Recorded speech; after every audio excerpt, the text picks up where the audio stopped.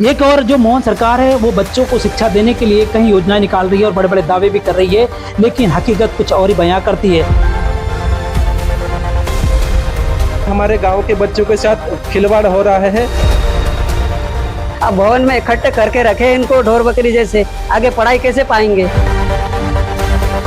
Staff की कमी, हम यहाँ 2 ही टीचर हैं यहाँ पर। हम भवन का छत काफी जर्जर हो चुका है, वह कभी भी गिर सकता है। नमस्कार, आप देख रहे हैं बतंगड़ न्यूज। मैं हूं राजू सिंह राठौड़। इस वक्त हम मौजूद है मध्य प्रदेश के बुरहानपुर जिले से 50 किलोमीटर दूर स्थित ग्राम सागपाटा में। यहाँ पर जो माध्यमिक शाला है जो है सागपाटा की, वो जर्जर अवस्था में है और यहाँ के जो बच्चों के भविष्य के साथ में खिलवाड़ हो रही है। एक ही रूम के अंदर एक ही जो अतिरिक्त कक्षा उसमें 6ठी 7वीं और 8वीं क्लास दोनों साथ में लग रही है और वहीं अभी परीक्षा का समय भी नजदीक है। कुछ ही दिनों बाद बच्चों के परीक्षा भी होने वाली है। अब ये देखना होगा कि किस प्रकार से बच्चों का भविष्य ये बन पाता है नहीं बन पाता, क्योंकि कैसे बढ़ेगा इंडिया, कैसे पढ़ेगा इंडिया, ये हम आपको दिखाने की कोशिश करते हैं। सर, क्या नाम है आपका?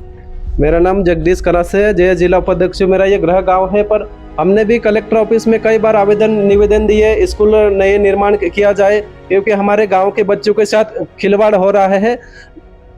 पढ़ाई तो ठीक हो रही है, टीचर लोग बराबर पढ़ा रहे हैं, पर यहाँ पर बैठने की दिक्कत है बच्चों की। भवन 2007-8 में निर्माण हुआ था, पर अभी वर्तमान स्थिति में जर्जर हो चुका है, वह कभी भी गिर सकता है।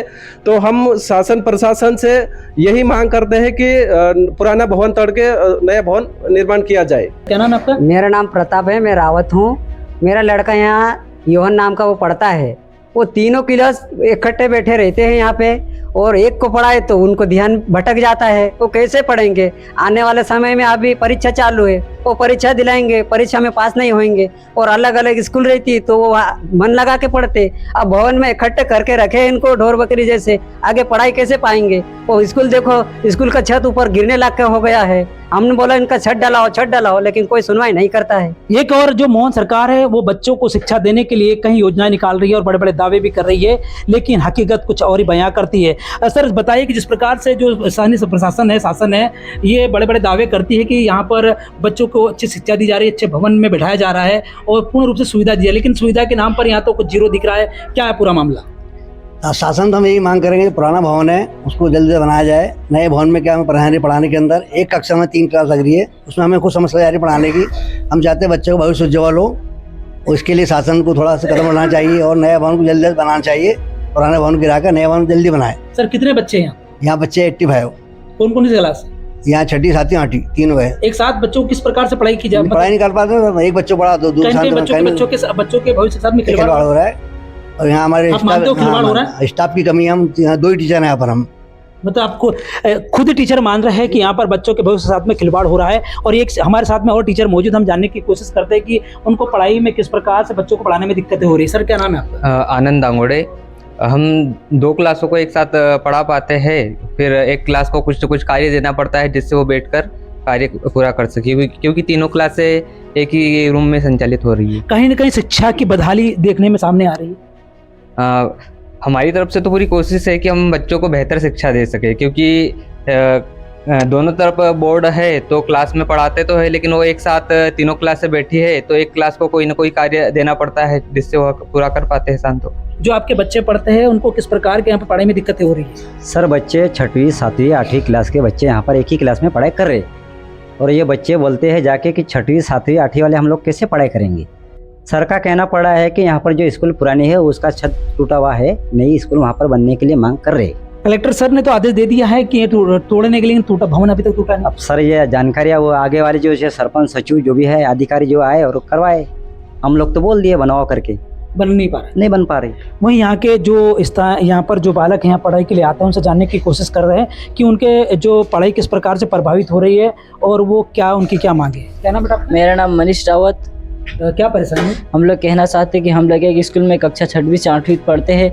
हम लोग कहना चाहते हैं कि हमारी जो मिडिल स्कूल पुरानी है यह 5-6 वर्षों से बंद पड़ चुके हैं, इसका कार्य जल्द से जल्द चालू करें और हम लोग उसमें बैठकर पढ़ सके और काफ़ी बच्चों का भविष्य सुधरे, ये हमारा कहना है। क्या स्थिति भवन की? भवन का छत काफ़ी जर्जर हो चुका है, वह कभी भी गिर सकता है।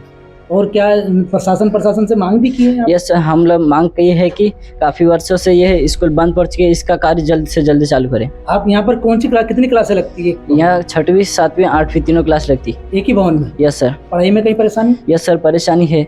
2 टीचर हमारे स्कूल में है, एक तरफ 2 बोर्ड है, एक तरफ एक टीचर पढ़ाते और एक तरफ एक टीचर पढ़ाते, और हम लोग को वह कार्य देते जो हम कार्य करते। समझ में नहीं आता? Yes sir. क्या नाम बेटा आपका? सारा रावत।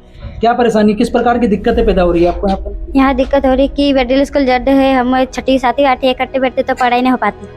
तो आपने माँ बाप को शिकायत की इसके? हाँ, तो क्या बोले आपके परिजन? बोले थे जो जल्दी से जल्दी स्कूल सुधारे, पर बोले थे हम। बोले थे? हाँ। अभी तक सुधार नहीं हुआ? हाँ।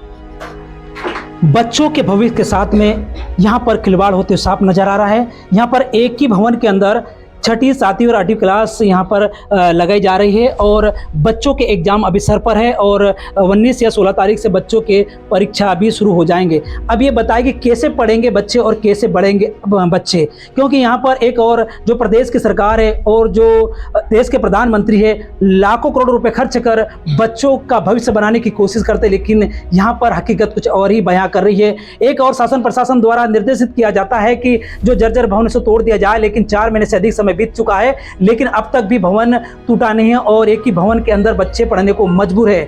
अब स्थानीय जो यहाँ निवासी है उनकी मांग है कि अगर ये भवन तोड़कर नया भवन का निर्माण नहीं होता है तो कलेक्टर कार्यालय का घेराव कर वहां धरना प्रदर्शन भी करेंगे। अब ये देखना होगा कि शासन प्रशासन इन भोले वाले जो मासूम बच्चे नौनिहाल के भविष्य को लेकर कितना चिंतित है और कितना चिंता कर पाती है, ये तो आने वाला वक्त ही बताएगा। कैमरा पर्सन मोहम्मद अफजल के साथ राजू सिंह राठौड़, बुरहानपुर, मध्य प्रदेश।